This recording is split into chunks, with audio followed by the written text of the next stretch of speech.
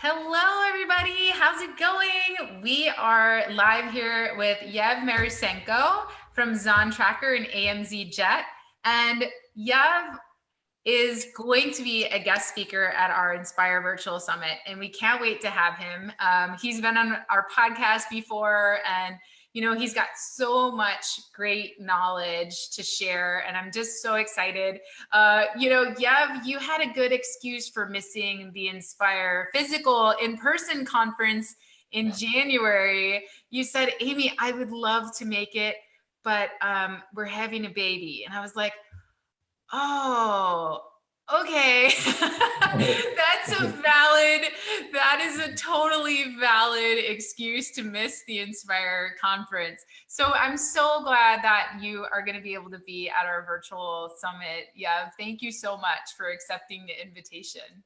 Thank you. Yeah, really glad to follow up. Sounds like in person went really well, and then doing the follow-up, it's a great idea. So happy to contribute as well.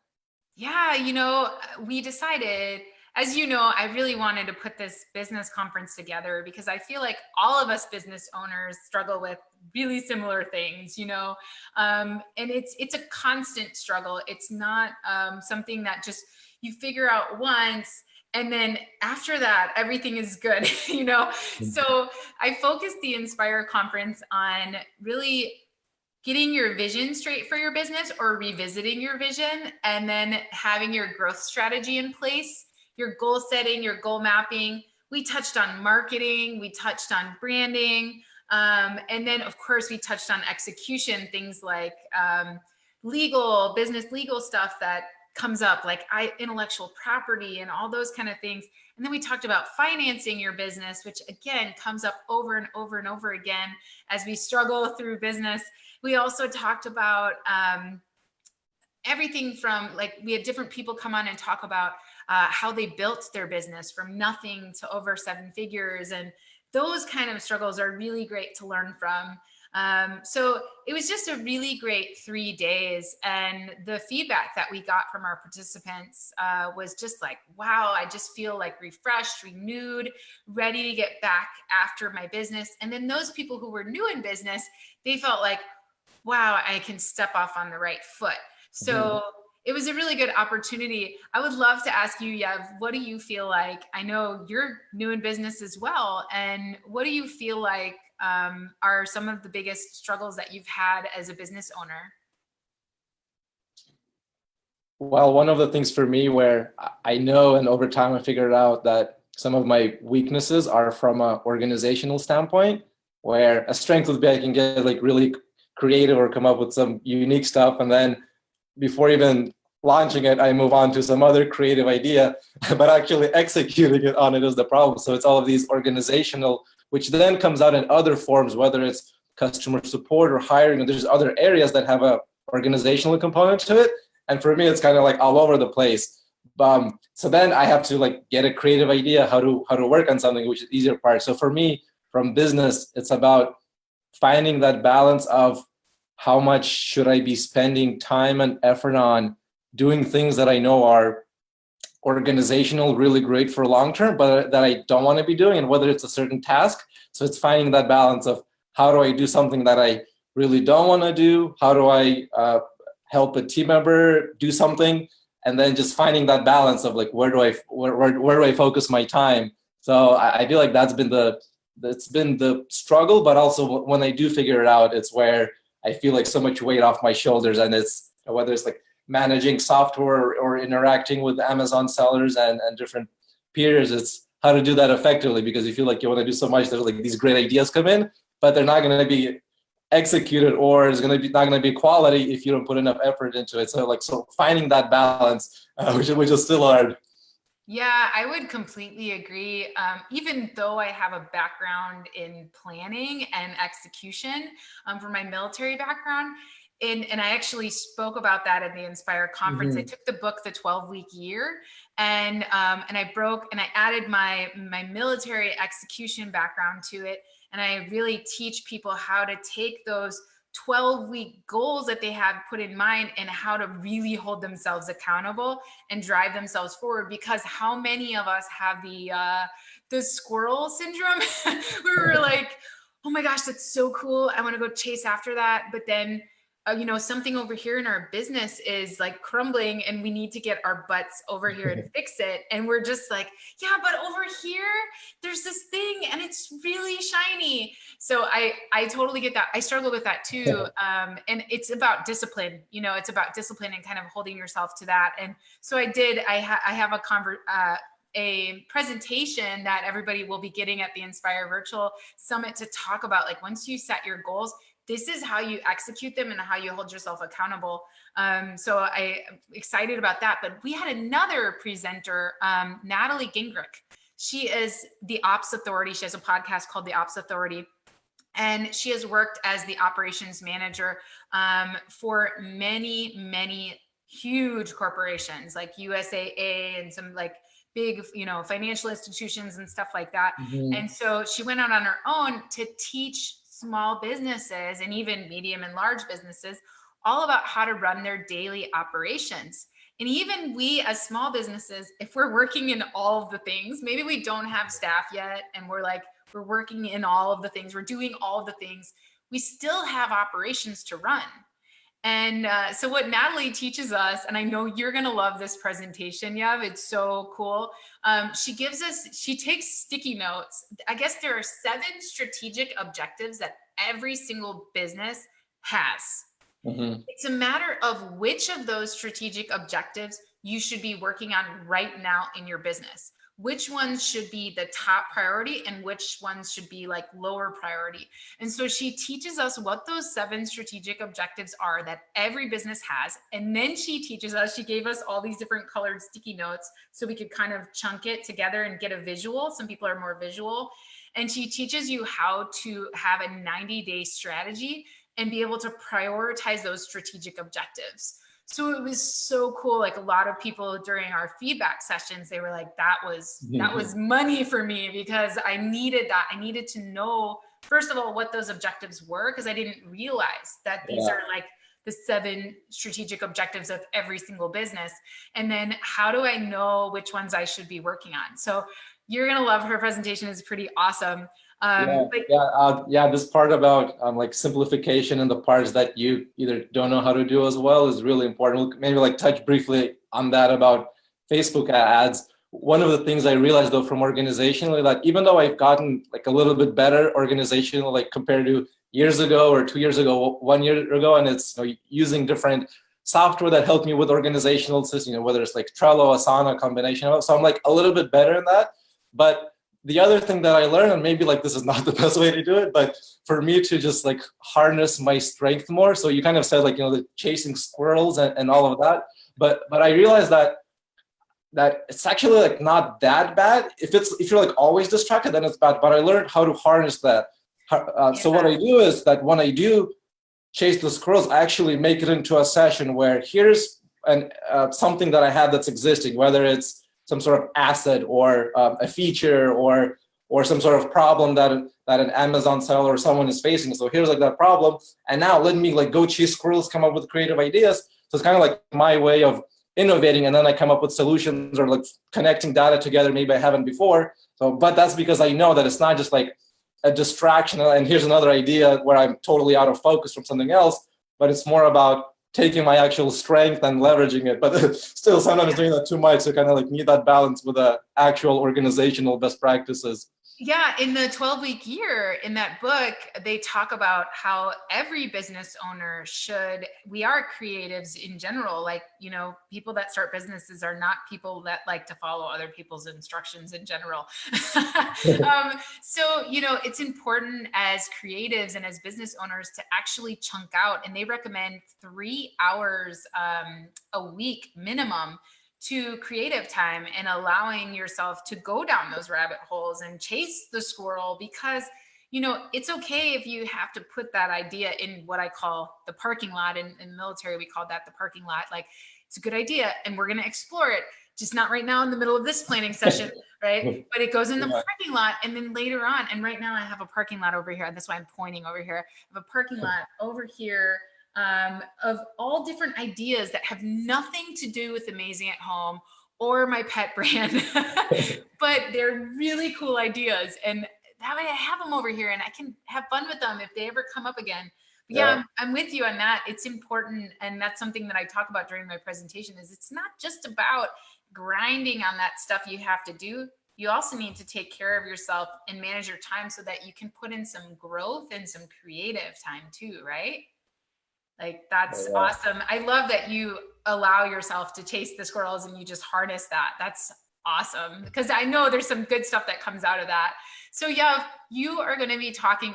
Well, the cool thing about Inspire is our virtual summit participants are going to get the 3 days of content talking all about strategy and vision and growth and goal setting and milestones and seed funding and everything you can imagine. We're covering this 3 days of content and over 15 speakers, but we're also having all of these great guest speakers coming on during the virtual summit. So I love it. We've got you, we've got Nathan Hirsch, we've got Jess Hill coming on. We have Tiffany Hepburn. Who else do we have coming on?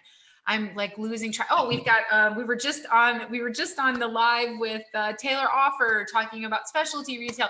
We have so many great guest speakers coming on. So even though this virtual summit is 3 days, we're going to have much more than 3 days of content. And those folks that are coming, they're going to get to watch these presentations from the comfort of their own home.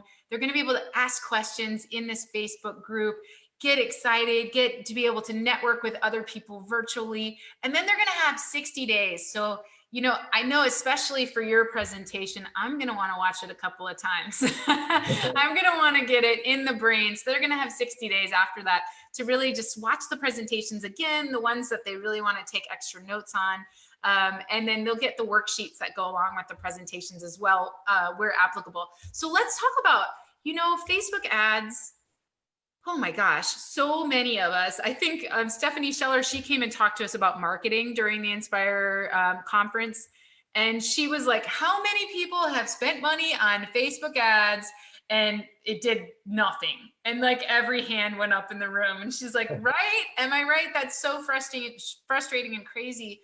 And I think Facebook ads is just one of those things that, you know, every ads platform we use is completely different. Mm-hmm. And you know, you go on, I've mastered Google ads pretty well, and I've mastered Amazon PPC like very well.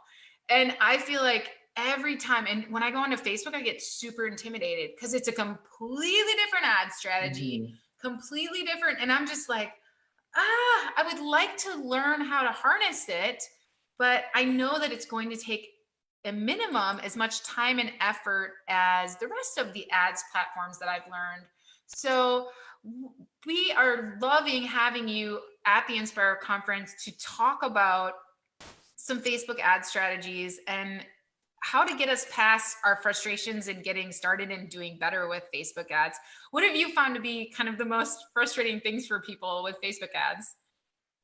Yeah, well, one of the things you mentioned that, you know, you figured out whether it's Google ads or Amazon PPC, where already in the nature of those compared to Facebook, they're a bit closer of having the buying intent in there. Again, it depends on Google what you're bidding for, but that buying intent is there. So Facebook, you have a lot more opportunity to get creative because there's images involved and videos in different ways that can be in Google and Amazon. So what that means, you have a lot more room to mess up, right? So it could be good, but this is where you have to start considering, well, what is the full customer journey? What are different funnels and processes of how people are, like their behavior of researching and shopping, or like not even researching and shopping, just generally in their life, and how that relates to then how they get into the mood for researching and shopping. So there's kind of like these different steps that start broadening out on how to make it work. But algorithmically, it may be similar where, you know, like if you have certain best practices for Google ads, Amazon ads, of how you're creating campaigns, there may be a process where, you know, you're probably split testing something, right? You have variations of ads, then you could take learnings from that into the Facebook ads. But one of the things that I see is overwhelm, typically more than in Google or Amazon, because you have a lot more options of what to do.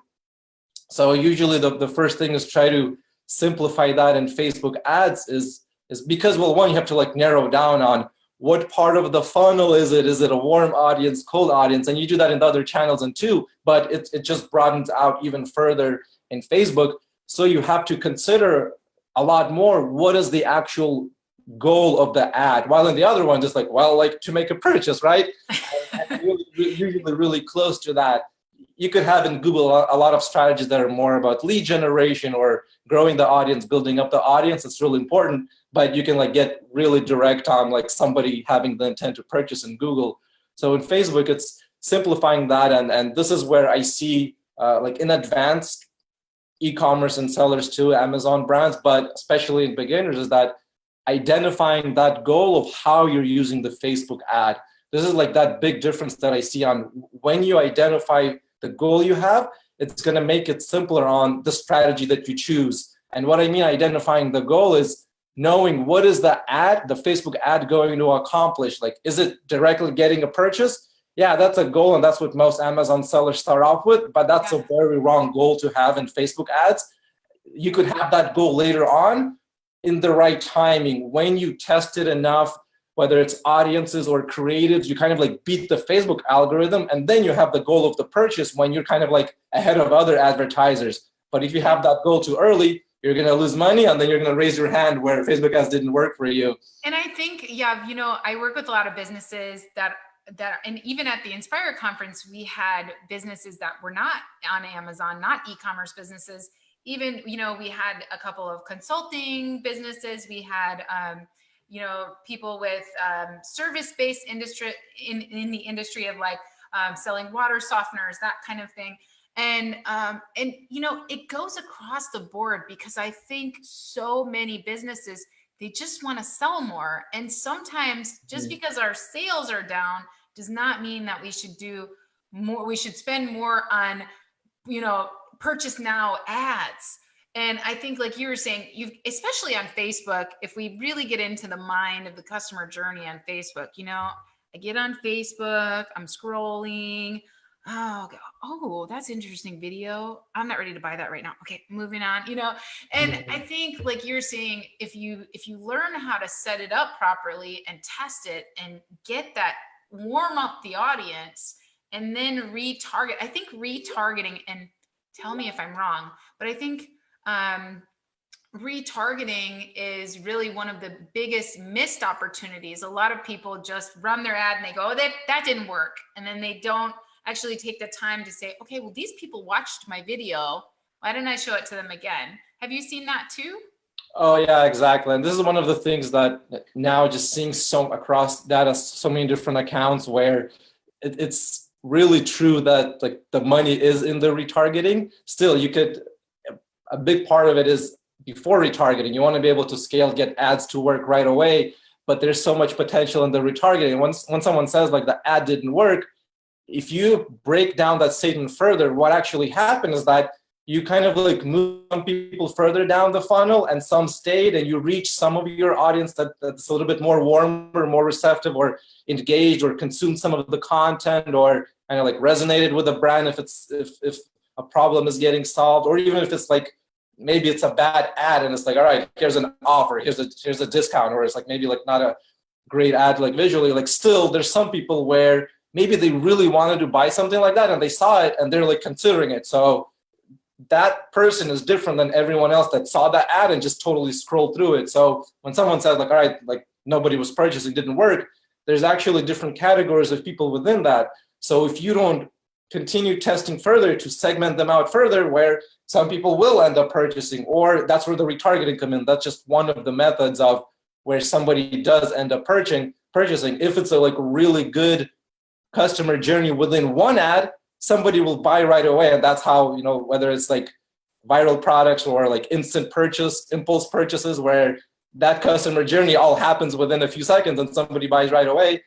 Like you don't even need retargeting in that case, but it's breaking that statement down. So that's something to consider of whatever you're doing, whatever you tested and whatever data you're seeing, then you have to see, well, what's the good part of that data? What's the bad part? And then you can either say, let me do more stuff that worked, but usually it's better to cut stuff that didn't work, just because when you're focusing on what's working, you still don't know, is it overall a good ad, a great ad, or it may be a crappy ad, it's just better than the other stuff that you tested. So it's usually better to just like cut up stuff that has the worst data. But one of the biggest problems that I'm still seeing, especially from Amazon sellers, is that they don't test enough variety.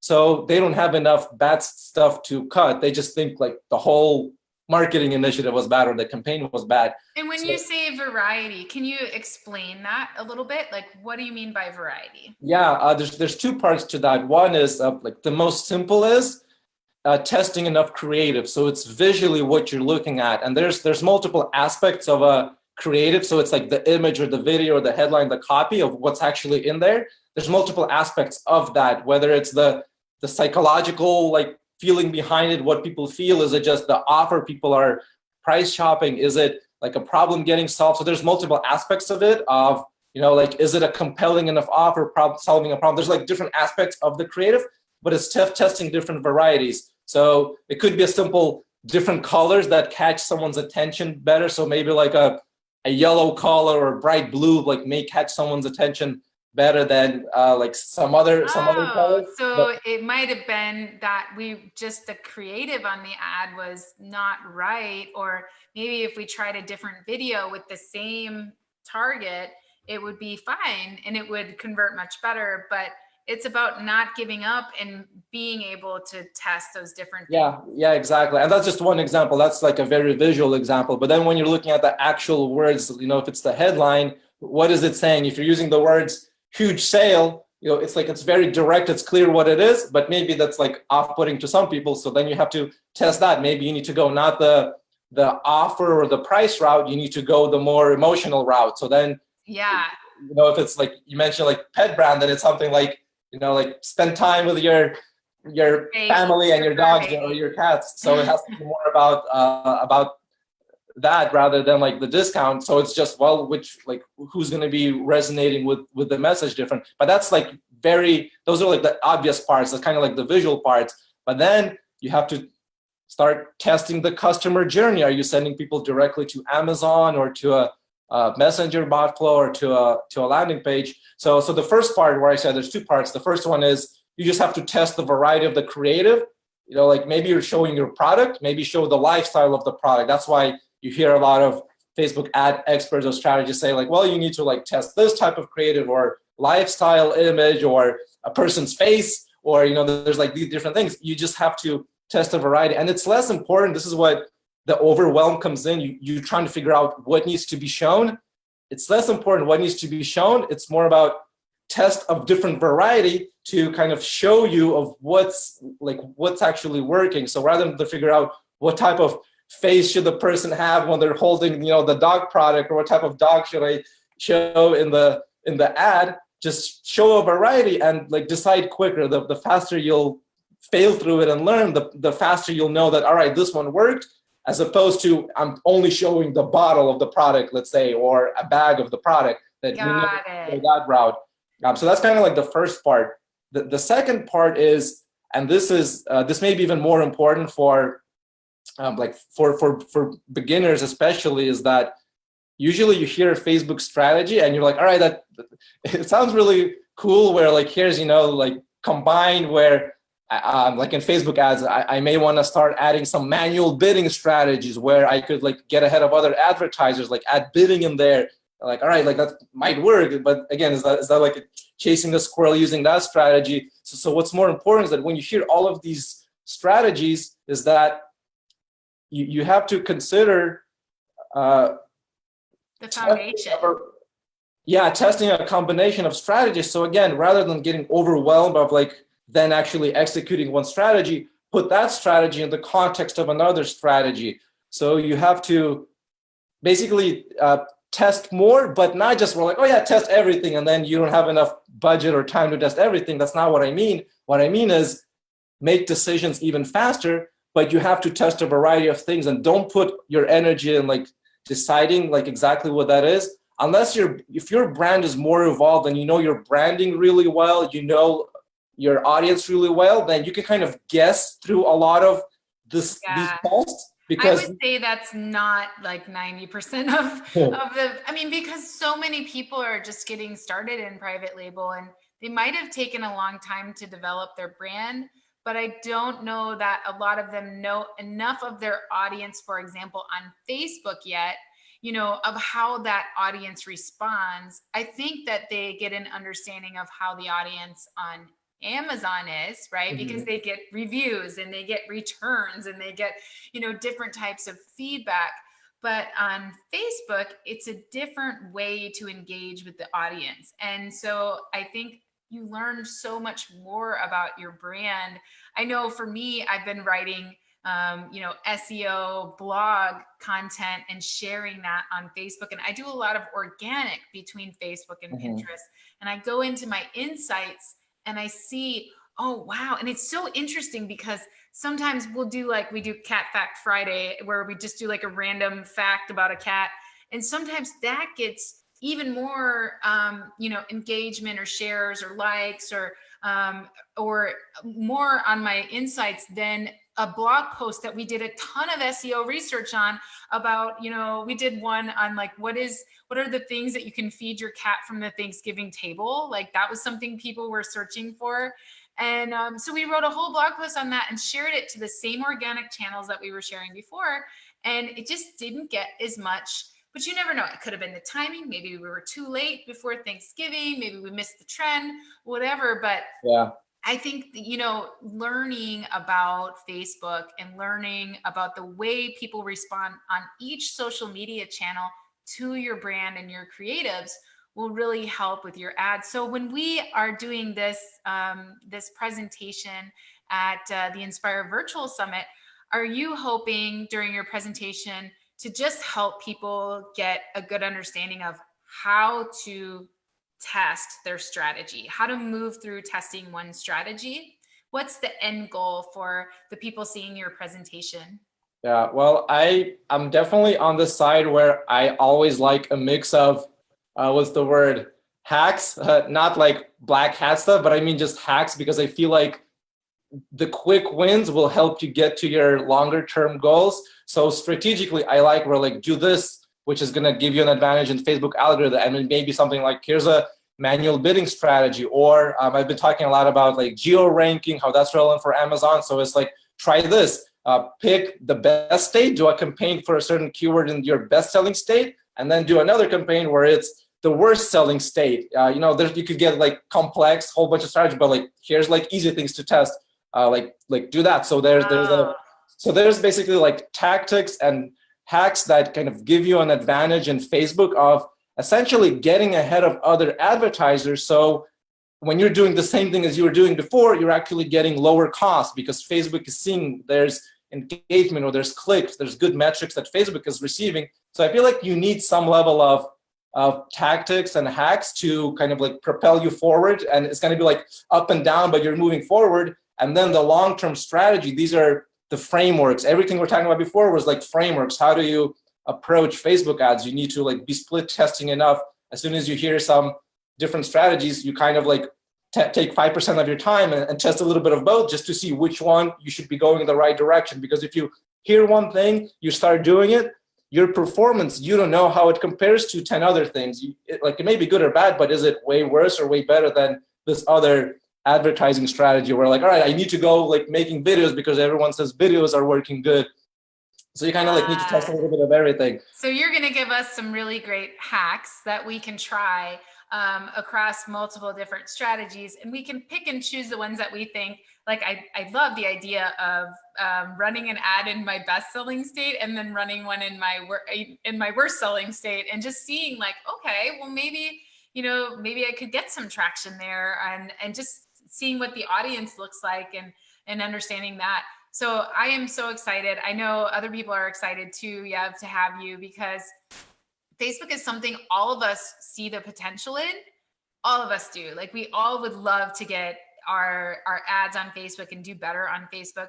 but it's something that is really overwhelming for people. I know a lot of people are trying to learn the messenger sequences, and we just had all these updates in Messenger, you know, and that Facebook just did. I was watching Michelle Barnum Smith's presentation, and I went to all of my pages and enabled the one-time notification messaging, but before the March 4th deadline. But yeah, so I'm excited. I'm excited to have you talking to us and giving us some practical strategies that will help us feel the confidence to try Facebook again and be better at Facebook and get some more customer engagement and get moving.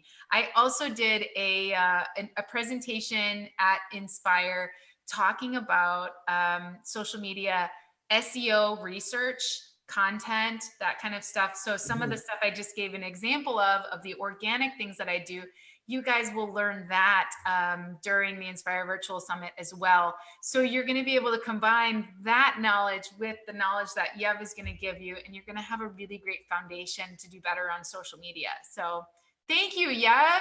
Thank you. I'm looking forward to it. Yes, definitely. Awesome, guys. Well, you guys see the link there. If you're excited to be with us at the virtual summit, hang out in your PJs, watch some really great content, and engage with us. We can't wait to see you there. And we will see you in what, 13 days? Yeah. All right. We'll talk to you guys soon. Thanks, Amy. Thanks, everyone. Bye.